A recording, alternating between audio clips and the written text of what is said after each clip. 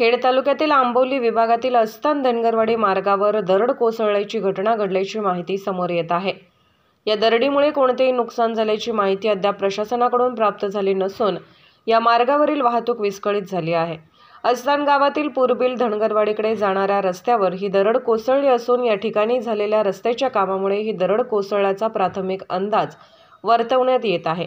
गेल्या काही दिवसापूर्वी खेड तालुक्यातील अस्तान परिसरात रस्त्याचे काम करण्यात आले होते। यावेळी झालेल्या कामामुळे हा मातीचा ढिगारा रस्त्यावरच कोसळल्याचे बोलले जात आहे।